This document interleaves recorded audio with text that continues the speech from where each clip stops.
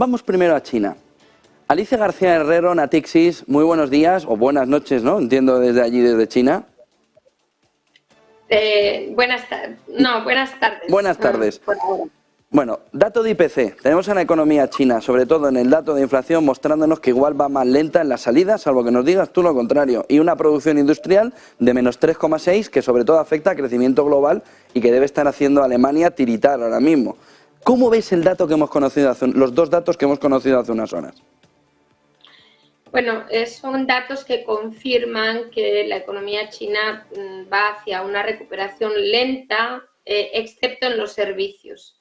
De hecho, en ese IPC, que es muy, muy malo, 0,1 de aumento de la IPC desde abril, o sea, en abril respecto a marzo, en la parte de servicios ha aumentado muy fuertemente. Entonces, aquí el problema en China es la inversión, la producción industrial, como bien dices, o sea, las manufacturas y cuidado, que no es por la demanda externa, porque los datos del martes de importaciones y exportaciones muestran dos mundos. Las importaciones caen un 8% y las exportaciones crecen un 8%. Es decir, que China no está pasándolo mal desde un punto de vista industrial porque no exporte, sino porque no tiene capacidad de importación. Y como bien dices, esto es un gran problema para Alemania, para Japón, para Corea del Sur, para los países que dependen de la demanda china de importaciones de productos industriales, químicos, automóviles, etcétera. Dice que vamos camino de la recesión más acelerada porque China no aporta una parte del crecimiento global porque tampoco se la piden. Bueno, no es que se la pidamos o no, es que China está en una situación de desaceleración estructural. Entonces, aunque es cierto que la salida de la pandemia ayuda, pero ayuda en el sector de servicios, lo demás apenas lo empuja. Y digamos que es un problema de la economía china, no es un problema nuestro. Nosotros, de hecho, como decía, excepto Estados Unidos, que es muy interesante, que ya no importa tanto de China, pero Europa y el mundo en su conjunto, excepto Estados Unidos, sí. O sea, nosotros seguimos apoyando a la economía china. Es la economía china la que no nos apoya a nosotros, porque no importan.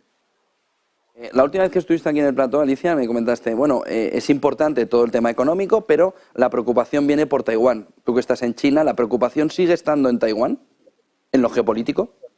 Sí, sin duda, porque estamos viendo que la presión de China para que ningún país, incluyendo Estados Unidos, se entrometa en lo que para China es un tema interno, es cada vez mayor. Entonces yo creo que la preocupación sigue, solo que tenemos una especie de tregua, al menos en el ámbito militar, hasta las elecciones presidenciales aquí en Taiwán el día 13 de enero, porque China aún espera que el partido más favorable, que es el partido que ha gobernado Taiwán durante mucho tiempo, el Kuomintang, salga vencedor y no ya el partido que está ahora en el poder, que es el Partido Democrático, y que yo no diría que es independentista, porque no es demasiado decir eso, pero desde luego es un partido democrático que intenta mantener su espacio ante la cada vez mayor presión de China. ¿Debería estar el inversor un poco preocupado por cómo va a ser el crecimiento de este año en China y, por tanto, de las inversiones que hayan fluido en este año, que nos han dicho emergentes y Europa, emergentes, pero sobre todo China? ¿Debería empezar a preocuparse porque quizá el crecimiento vuelva a errar y no esté en el entorno del 5,5% o del 5%?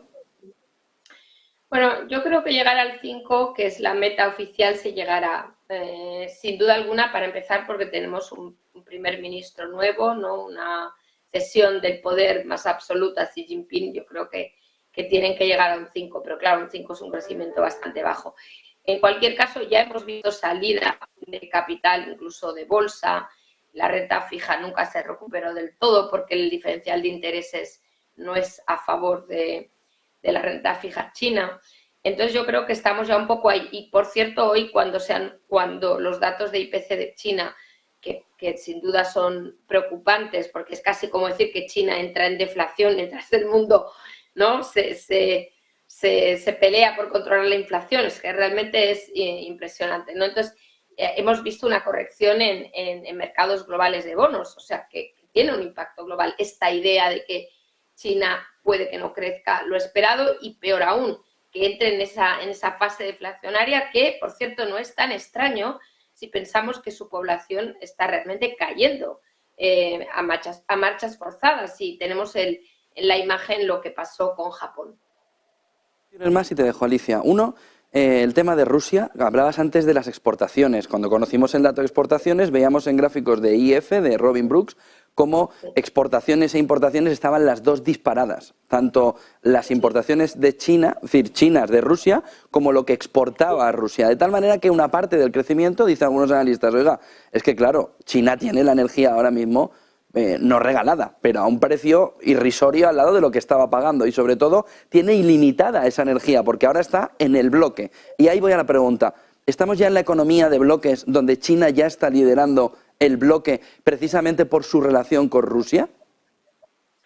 Sí, bueno, déjame que te diga que esta pregunta que haces tiene un punto inicial urgente, por eso lo quiero comentar, que es que Europa, la Comisión Europea, está apuntando a llevar al Consejo sanciones sobre una serie de países y empresas, especialmente empresas, en el caso de China, obviamente empresas, creo que son 7 empresas, de las que hay evidencia que están exportando, porque el problema no solo son las importaciones de energía, es que además China está exportando material dual, es decir, con un posible uso militar, a Rusia, y a veces a través de Hong Kong o empresas europeas a través de Uzbekistán. Hay datos de Lituania que muestran un gap enorme entre lo que recibe Uzbekistán y lo que dice Lituania que exporta a Uzbekistán, es decir, que Rusia está, digamos, mal informando, está poniendo en el recibo de sus importaciones países que no son Rusia. Entonces, todo esto que digo, ¿por qué es importante? Porque de producirse, cosa que dudo, porque yo creo que probablemente Hungría lo parará en el Consejo Europeo, pero ya el hecho de que Europa pueda imponer sanciones sobre empresas chinas, que por cierto muchas ya están sancionadas por Estados Unidos y 2 son de Hong Kong, importante, centro financiero.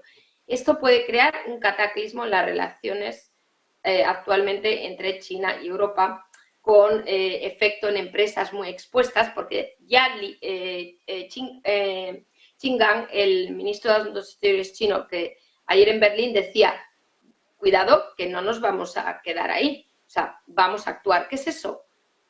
Pues bueno, obviamente son sanciones a empresas europeas operando en China. Ya hemos visto casos, ¿no?, de la policía visitando a consultoras en China. O sea, esto es lo inmediato. Y la segunda pregunta que haces, y acabo, claro que estamos moviéndonos hacia 2 bloques.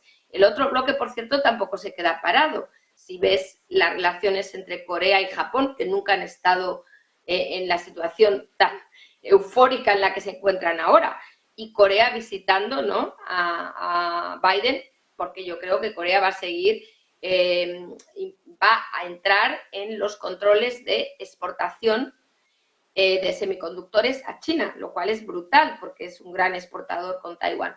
Entonces, acabo aquí, pero digo, hay un riesgo inmediato, más allá de los bloques, que está en este tema de las sanciones, y uno puede incluso imaginar que empresas europeas podrían ser afectadas y tener mucho cuidado cuando se invierta en ellas. Una pregunta.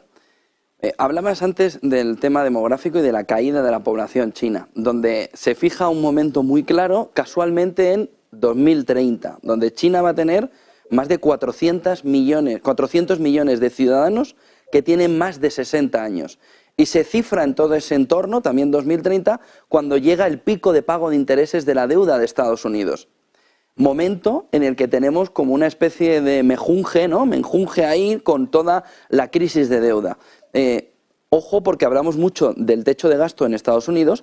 ¿Qué sucede con la deuda en China y el peligro que puede tener cuando el envejecimiento poblacional, con más de 400 millones de ciudadanos chinos de más de 60 años, pongan al Estado en una situación muy complicada, ¿no?